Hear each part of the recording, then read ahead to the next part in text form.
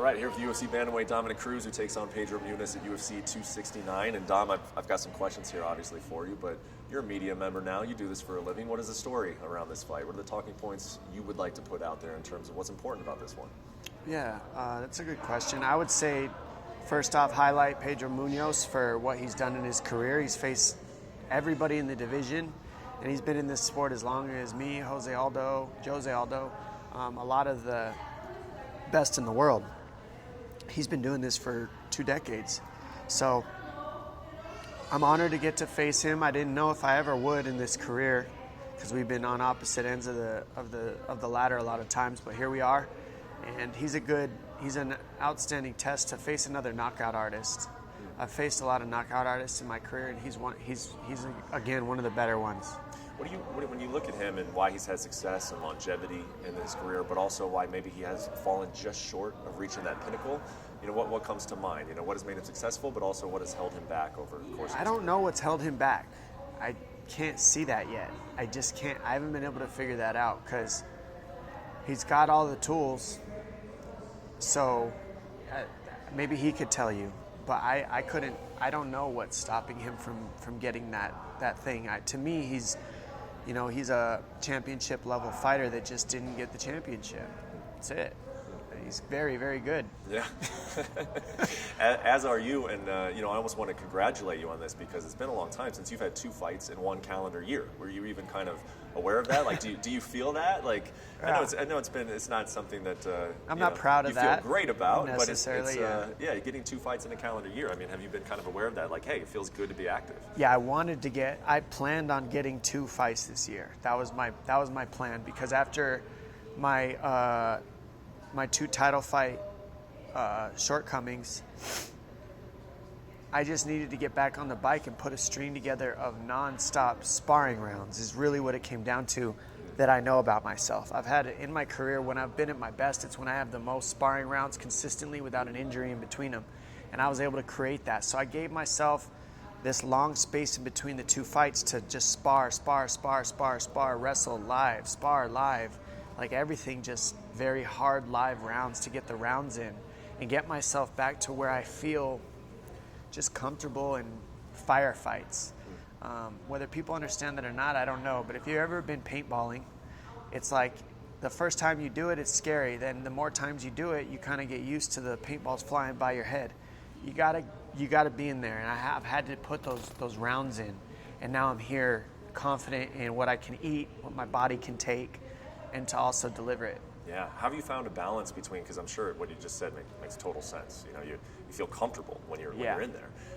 But also, like I just mentioned, you want to be active. And of course, injuries are part of activity. Some people might think that Dom has probably really learned how to train smart, because he wants to take care of his body. You're telling me that you're sparring more than you ever have. So that is training have you smart. Kind of found that balance? Yeah, that is training smart to me. Yeah. I've always been that, but what's held me back is that too. It's probably a double-edged sword.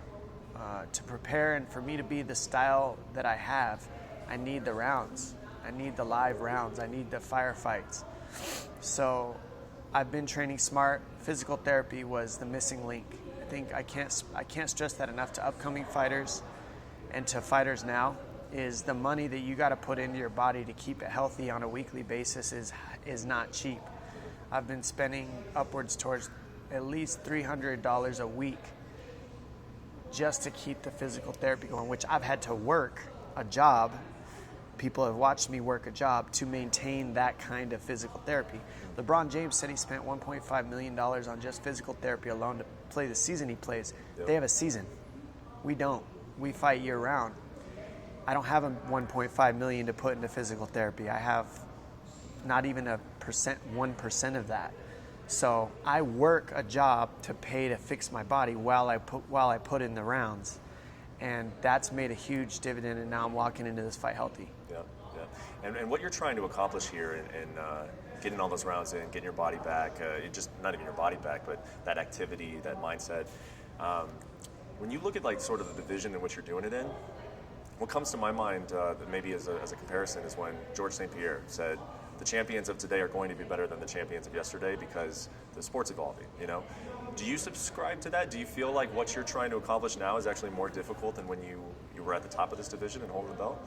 Definitely. Yeah. You got to think, when I was championship of this division, everything that I was doing, kind of, even in the WEC, I was the first to bring stance switch, hands down head movement, just a unique, artistic looking style that people didn't necessarily understand.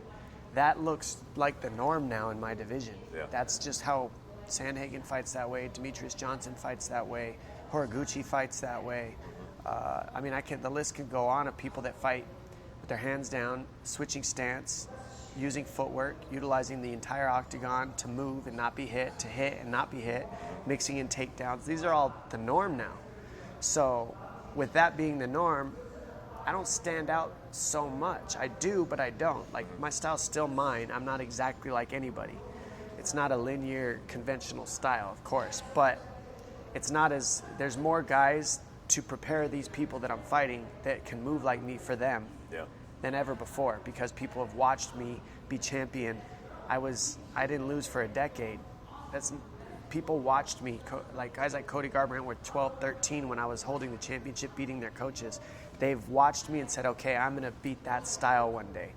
And now that's just the normal now. So absolutely, to come in and me fighting upwards, to be moving up the ladder like I'm going to do, is definitely, I don't want to say it's harder, because when I was there, it was just as hard when I was in that timeline. Relative, yeah. Yeah, relative to the timeline, it was still very hard.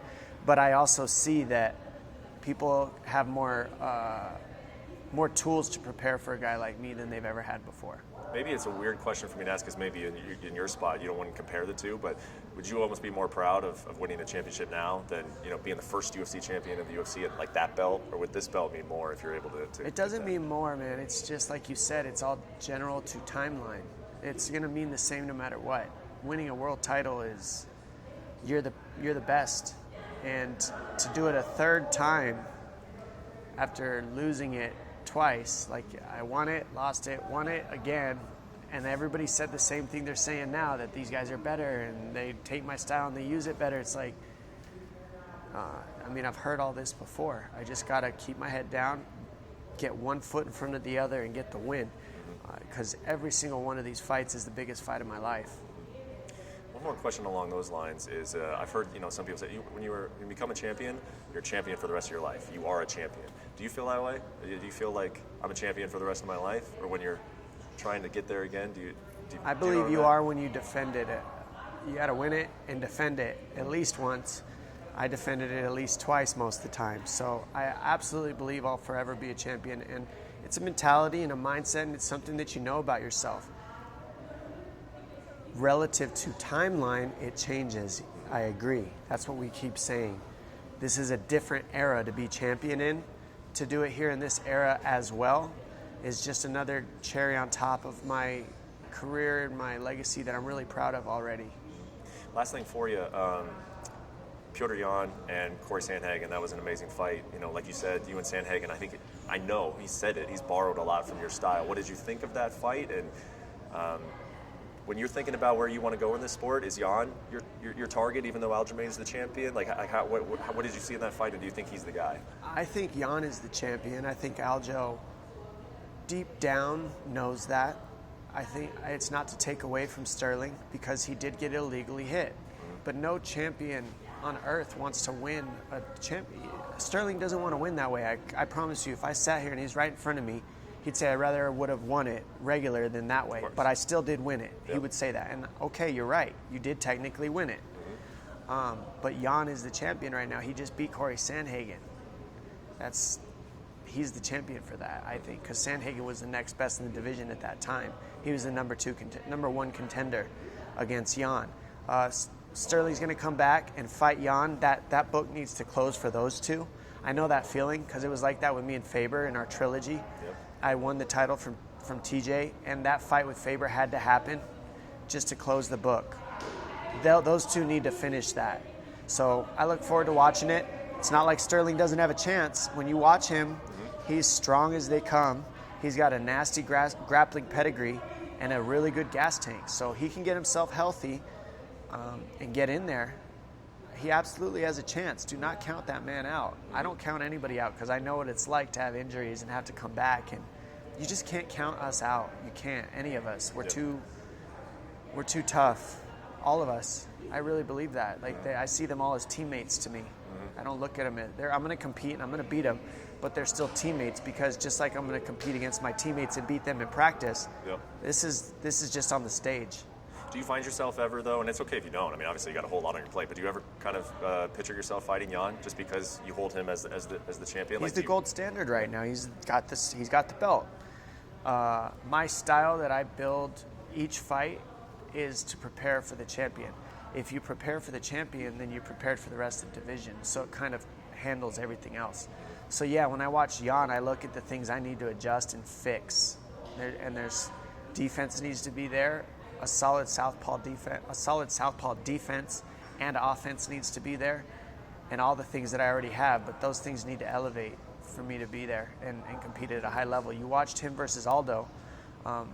When that rematch happens, if it gets to happen, I think you're going to see a different Aldo against Yan because he felt the southpaw stance of Yan after Aldo was able to chop his leg off in the first couple rounds from a conventional stance. Then he switched to southpaw, and I saw that completely threw Aldo off because unless you're prepared to face a southpaw, it takes that look in practice. He was not ready for Yan to be able to switch for 4 rounds and stay that stance the way he did.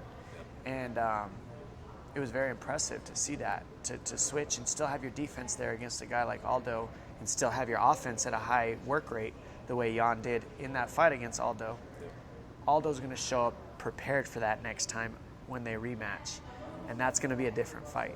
Oh, it's a very, very exciting division, and obviously you're right there in the thick of it, man. I always enjoy talking to you, and best of luck this thanks, weekend. man. Good to talk to you, too.